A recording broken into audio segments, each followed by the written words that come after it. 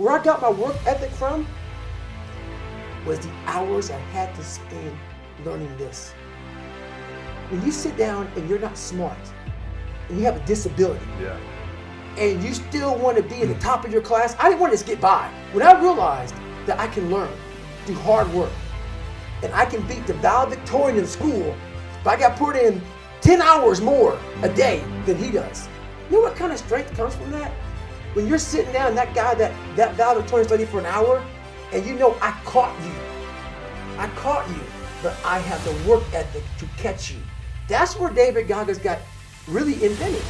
Was at a kitchen table with 20 spiral notebooks that were empty. And then 3 months later, they were full. And when you can go through that, I still have them in my storage unit. You go through these spiral notebooks of your life, and you're like, this is how I learn. This is unbelievable. There's no miles. It's not about the miles. It's that. Having a discipline every day to say, for me to learn this one math problem, it's gonna take me 10 hours. And that's where and you realize through hard work, no matter how badass they are, but that's the part people don't want to dive into.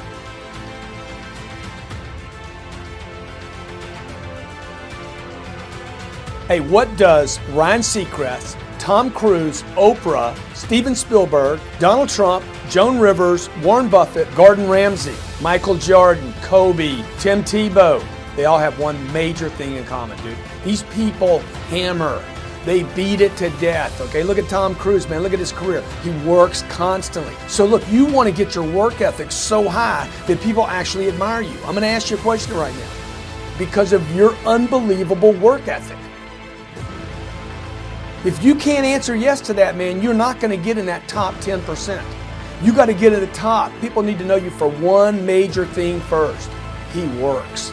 He produces. The guy's there every day. The guy's pushing and shoving. Because the truth is, no matter how good your ideas are, how good your art is, or how good your skill set is, if you're not working, man, if you're not vibrating at a frequency that people say, my God, how does that guy do all that? If you're not vibrating at that rate, 10x levels, massive action, tremendous work ethic that's just a muscle now, and it's just a discipline in your life, and it's a way, it's a normal way that other people think is abnormal. Look, if you're not working at that level, you're not going to make it. Get your work ethic in, man. It's the American way. Work ethic. What I could control was my work ethic. You've heard me speak many times about outworking everybody, but I think that just feels good when we hear it, but most people don't take it seriously. If you think that I have a little bit of success in my life, I can tell you what I attribute it to. Yes, self-confidence, yes, mindset, visualization, goals, all the things I talk about all the time. Listening skills, influence, energy transfer, how to be happier, all of that stuff applies. When you get to winning, for me, it's come down to maxing out. And what maxing out means is you do one more at least than you think you're capable of. So when you're done, whatever you're doing, whether it's at the gym or phone calls or meetings or in sports, one more shot, one more throw, one more swing of the golf club or the baseball bat, the separator is for the winners, they do one more. I'm addicted to one more. And so I want your mantra going forward to be one more. What does that look like if we're working out? That means when we're in the gym and we say, I'm gonna do 5 sets of 10, I'm crazy. Like I'm a psycho because I want to win. I want to be somebody. I want to separate. I want to compete. And the way I do that isn't with my giftedness, because I wasn't born with a bunch of gifts. And I think gifts are crap. I think for the most part, gifted people struggle in life because things come easy to them. I like that things haven't come easy for me in my life. I like that I don't have natural talents in every area. And maybe you like that about you too. Maybe you've looked at yourself all your life and thought, man, I don't have that natural beauty or that natural talent or this gift for creativity or intellect or humor. I don't have any of those things. But what I got is I will outwork you. And so at the gym, one of the things I focus on, they say it's 5 sets of 10. When I'm at 10, I go one more, bam, 11. If I'm running on the treadmill and it's a 45-minute run, I never finish at 45. I always go one more minute, 46. If I'm at the office and I'm supposed to make 25 phone calls that day, when I'm at the end of the day, I always do one more. If I've got meetings, I always do one more. My mantra for 3 decades in business has been one more. What do I do when I'm broken? When I'm broken, I relish it. That's what I'm gonna do. I'm gonna use it. because if I'm broken, then I just found my limitations. And until I know what my limitations are, how can I push them?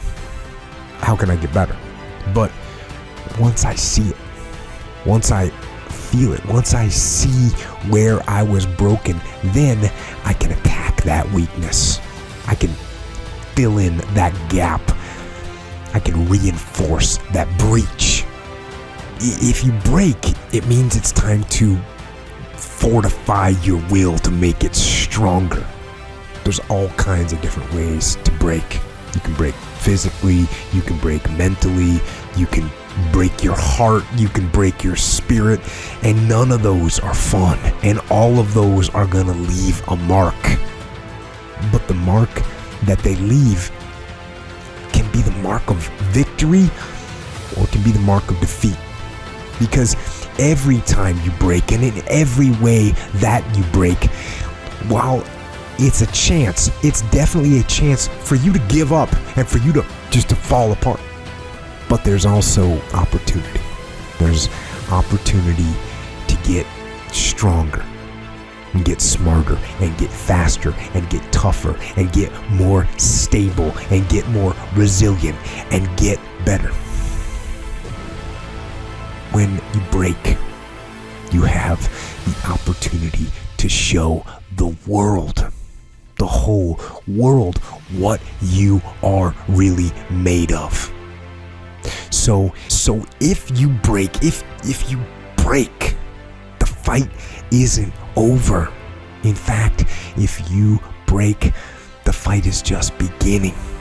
And as you crawl up and out of that dismal and wretched place, covered, and you're covered in blood and sweat and dirt and filth as you rise above what you were.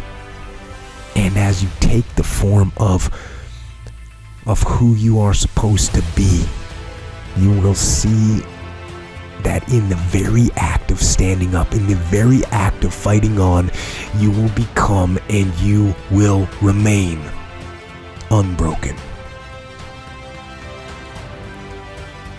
I'm not saying to put yourself down. I'm saying listen to the truth. And the truth isn't in the 20%. The truth is in this other part of your brain saying, look, man, you're wasting a bunch of percentage here. We have 80 more percent that we're not tapping into, because in this other 80% is suffering, pain, failure, self-doubt, darkness, and then a whole bunch of light. But to get to this light, you gotta go through all of this shit. So a lot of us know that. I can get over here, but over here, man, this is much better, because I gotta go through this journey that is not fun.